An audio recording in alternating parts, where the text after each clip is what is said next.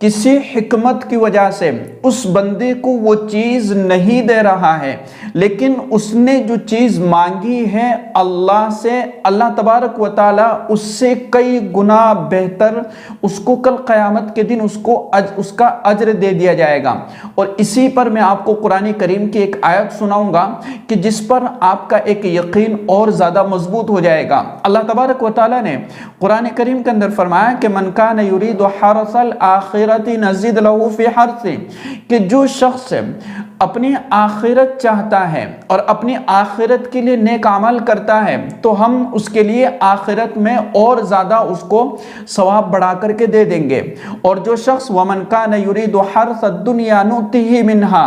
وما لہ فی الآخرۃ من نصیب، اور جو شخص دنیا چاہتا ہے اور دنیا طلبی اس کا ایک منشا ہے کہ بس مجھے دنیا مل جائے، اب دنیا کے اندر جتنی چیزیں اس میں سے کوئی بھی چیز اس کو مل جائے، تو اگر کوئی شخص اپنی نیت، اپنے فیصلے، اپنی طاقت، اپنی قوت، سب کچھ اس دنیا کو حاصل کرنے کے پیچھے لگا رہا ہے اور اللہ کو چھوڑ بیٹھا ہے اور اللہ کے فیصلے پر راضی نہیں ہے، تو اس کو دنیا دے دی جائے گی،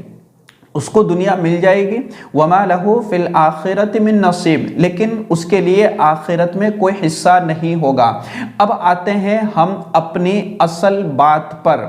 کہ اگر کوئی دعائیں کر رہا ہے اپنے اچھے نصیب کے لیے، اپنے اچھے مقدر کے لیے، اپنی اچھی تقدیر کے لیے، اپنے اچھے فیصلے کے لیے، تو کیا دعا بند کر دینا چاہیے؟ نہیں میرے عزیزو، دعا ہمیں کبھی بھی بند نہیں کرنا ہے، کیونکہ دعا عبادت ہے اور دعا پر اللہ تبارک و تعالی ہمیں اجر و انعام عطا کرے گا۔ وہ چیز اللہ نے ہمیں نہیں دی، حکمت کی وجہ سے اللہ ہم سے کئی گنا زیادہ بہتر جانتا ہے۔ اس کو ایک چھوٹی سی مثال سے میں آپ کو سمجھاؤں۔ جیسے ایک ماں ہے اور ماں کے 2-3 بچے ہیں، اور ایک بچہ ماں سے ناراض ہو گیا ہے، ایک بچہ ماں سے ناراض ہو گیا اور روٹھ گیا، اور 2 بچے ہیں، اور یا پھر جو ایک بچہ ناراض نہیں ہوا لیکن وہ باہر کہیں تعلیم حاصل کر رہا ہے یا کہیں پڑھ رہا ہے۔ اس کو تھوڑا سا سمجھنا، آپ بالکل اکیلے تنہائی میں بیٹھ کر کے تھوڑا سا سوچنا۔ ماں کے ایک بچہ جو باہر ہے یا کسی کام کاج کی وجہ سے کہیں گیا ہوا ہے، اور 2 بچوں کے لیے ابو نے مٹھائی لائی یا کوئی اچھی چیز لے کر کے آئی، تو ماں نے ان دونوں بچوں کو کھلا تو دیا، ان کا جو حصہ تھا ان کو دے دیا، لیکن ماں نے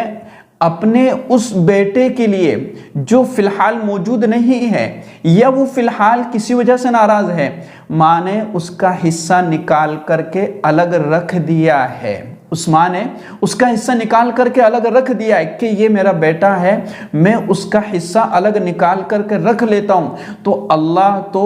جو ہے کتنا رحیم اور کریم ہے، کیوں نہ ہمارے لیے آخرت کا حصہ نکال کر رکھ دے گا۔ تو دعا ہمیں کبھی بھی بند نہیں کرنا ہے، اور دعائیں قبول نہیں ہو رہی ہے، یعنی اللہ تبارک و تعالی وہ چیز ہمیں نہیں دے رہا ہے،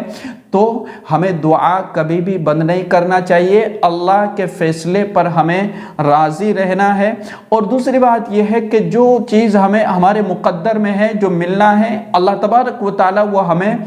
دے دے گا۔ تو یہ ساری باتیں آپ کو سمجھ میں آ گئی ہوگی میرا عزیزو، کہ ہم دعا کرتے رہے اللہ سے، اگر مل گیا تو ٹھیک ہے، نہیں ملا تو ہم یہ امید رکھیں کہ اللہ اس کا بدلہ مجھے کل قیامت کے دن اس سے کئی گنا بہتر عطا کرے گا۔ اور حدیث پاک کے اندر آتا ہے کہ جب بھی اللہ تعالیٰ سے سوال کرو تو 3 مرتبہ اس لفظ کو دہراؤ، یعنی ایک عاجزی کے ساتھ، ایک انکساری کے ساتھ اللہ کے سامنے دعائیں کرو۔ جیسے ایک فقیر کو آپ نے دیکھا ہوگا، فقیر کس طرح سے دعا کرتا ہے اللہ سے، جو ہے فقیر کس طریقے سے لوگوں سے مانگتا ہے، آپ نے دیکھا ہوگا 1 مرتبہ 2 مرتبہ 3 مرتبہ 4 مرتبہ، بار بار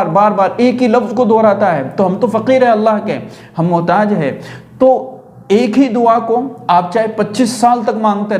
رہے، کوئی حرج کی بات نہیں ہے۔ اس پر آپ کو اجر بھی مل رہا ہے، انعام بھی مل رہا ہے، اللہ بھی خوش ہے، اور آپ کو ایک عبادت کا ثواب بھی مل رہا ہے۔ یہ ساری باتیں آپ کو سمجھ میں آ گئی ہوگی۔ اس ویڈیو کو شیئر کیجیے گا۔ السلام علیکم ورحمۃ اللہ وبرکاتہ۔